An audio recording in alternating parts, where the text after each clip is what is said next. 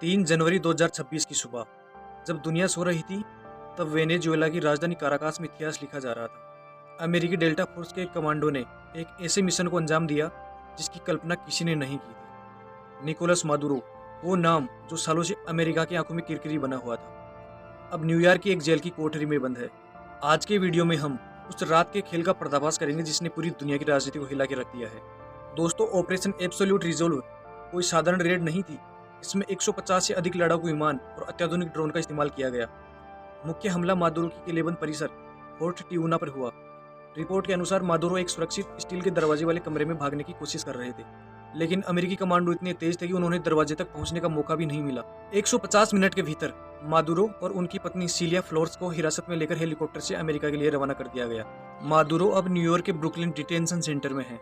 उन पर narco terrorism यानी नशीली दवाओं के आतंकवाद, कोकीन तस्करी और हथियारों की अवैध खरीद फरोख्त जैसे संगीन आरोप हैं।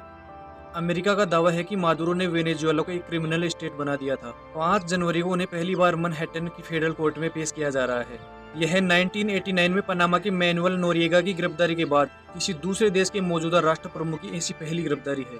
दोस्तों, लोकतंत्र की आड़ में राष्ट्रपति डोनाल्ड ट्रंप की नज़र वहाँ के तेल के भंडारों पर भी है। राष्ट्रपति डोनाल्ड ट्रंप ने कहा है कि अमेरिका तब तक वेनेजुएला को चलाएगा जब तक शासन परिवर्तन पूरा नहीं हो जाता, और वह वहां के विशाल तेल भंडार को नियंत्रित करना चाहता है। आलोचकों का कहना है कि यह कार्रवाई मानवाधिकारों के लिए नहीं बल्कि प्राकृतिक संसाधनों पर कब्जे के लिए है। वेनेजुएला में रूस का बहुत बड़ा निवेश है और चीन उसका सबसे बड़ा कर्जदाता भी है। मादुरो की गिरफ्तारी को रूस ने सीधी चुनौती माना है। अब सबसे बड़ा सवाल ये है कि क्या रूस कैरेबियन सागर में अपनी परमाणु पनडुब्बियां तैनात करेगा? रूस और चीन ने सैन्य हस्तक्षेप किया तो यह सीधे तौर पर नाटो बनाम ब्रिक्स की जंग बन सकती है। दोस्तों, वेनेजुएला के पास दुनिया का सबसे बड़ा तेल भंडार है। इस संघर्ष के कारण वैश्विक बाजार में कच्चे तेल की कीमतें $200 प्रति बैरल को पार कर सकती है। आर्थिक अस्थिरता अक्सर बड़े युद्धों का कारण बनती है। इस ऑपरेशन के परिणाम भयंकर हो सकते हैं। अमेरिकी प्रशासन का कहना है कि वे वेनेजुएला के तेल भंडार को फिर से वैश्विक बाजार के लिए खोलेंगे, लेकिन वैश्विक स्तर पर इसकी आलोचना भी हो रही है।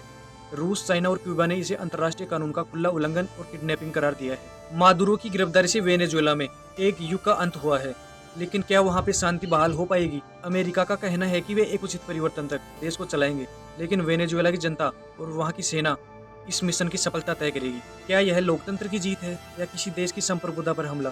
इस पूरे मामले को लेकर आपका क्या मानना है? कृपया कमेंट बॉक्स में जरूर बताएं। अगर वीडियो इन्फॉर्मेटिव लगे तो कृपया चैनल को जरूर सब्सक्राइब करें।